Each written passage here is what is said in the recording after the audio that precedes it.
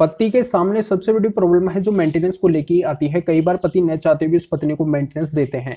यहाँ पे न चाहते हुए इसलिए, अगर पत्नी गलत है, पत्नी ने अगर पति के साथ में गलत किया है, पति के जो रिलेटिव है, पेरेंट्स है, इन सभी के ऊपर अगर पत्नी ने झूठा केस किया है, इनके मामले को लेके अगर पत्नी पुलिस स्टेशन गई है, कोर्ट गई है, तो यहाँ पे पति के मन में है जो पत्नी के प्रति एक मनमुटाव हो जाता है कि उस पत्नी को मैं मेंटेनेंस क्यों दूं, जिसने मेरे साथ, मेरे परिवार वाले, जो मेरे रिश्तेदार हैं, उन सभी के साथ में अगर उसने गलत किया है तो उसको मैं मेरी मेहनत की कमाई क्यों दूं, उसको मेंटेनेंस नहीं मिलना चाहिए। तो यहाँ पे न चाहते हुए पति को मेंटेनेंस देना पड़ जाता है। अगर पति के ऊपर मेंटेनेंस का ऑर्डर हो गया है कोर्ट के द्वारा, तो यहाँ पे पति न चाहते हुए उस पत्नी को मेंटेनेंस देता है।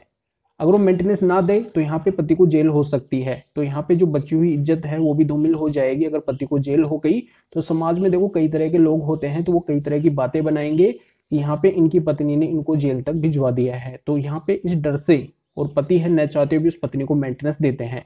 तो यहाँ पे पति के लिए देखो एक गुड न्यूज है, माने सुप्रीम कोर्ट का बहुत ही महत्वपूर्ण ऐतिहासिक जजमेंट है, जिसके अंतर्गत 125 सीआरपीसी को है जो पति के ऊपर से खत्म किया गया है।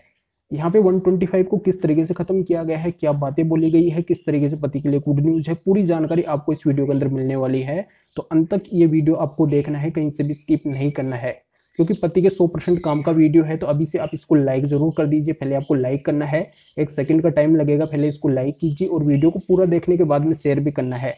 इस चैनल को अगर अभी आप सब्सक्राइब नहीं किए हैं तो सब्सक्राइब करके बेल आइकन को भी दबाना है। तो चलिए शुरू करते हैं। तो नमस्कार दोस्तों, मैं हूं अटकुर जितेंद्र। आज के वीडियो में माननीय सुप्रीम कोर्ट का बहुत ही महत्वपूर्ण ऐतिहासिक फैसला बताने वाला हूं, जिसके अंदर 125 सीआरपीसी को खत्म कर दिया गया। पति की जो चिंता है 125 सीआरपीसी को लेकर उसको दूर कर दिया गया। तो देखो मामला इस तरीके से है कि पत्नी के द्वारा पति के ऊपर 2 तरीके के मेंटेनेंस के केस किए जाते हैं। अब एक मेंटेनेंस के केस में क्या होता है, पति के ऊपर एलिमनी लगा दी जाती है कि पति है जो पत्नी को इतनी एलिमनी देंगे। अब पति के द्वारा वो एलिमनी भी पत्नी को दी जाती है, पर यहाँ पे पत्नी के मन में है जो लालच आ जाता है। दूसरा जो मेंटेनेंस का केस होता है 125 सीआरपीसी का, उसको पत्नी के द्वारा आगे बढ़ाया जाता है और उसके अंदर जोर डाल के, एक दबाव डाल के और फिर से मेंटेनेंस की डिमांड की जाती है कि मुझे यहाँ पे भी मेंटेनेंस है जो मिलना चाहिए।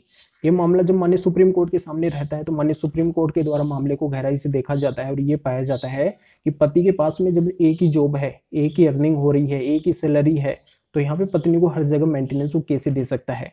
पति की भी अपनी अलग से और भी जिम्मेदारियां हैं, उनको भी निभा रहा है। और यहाँ पे पत्नी को एक सफिशिएंट जो एलिमनी है जो मिल रही है उसको ऑलरेडी, यानी कि एलिमनी जब उसको मिल रही है तो यहाँ पे दूसरे केस में 125 सीआरपीसी में उसको मेंटेनेंस कैसे मिलेगा।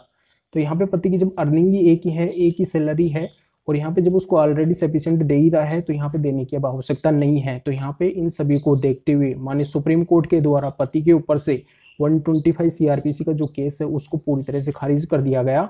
125 सीआरपीसी को पति के ऊपर से खत्म कर दिया गया कि यहाँ पे अब पति को मेंटेनेंस देने की आवश्यकता नहीं है।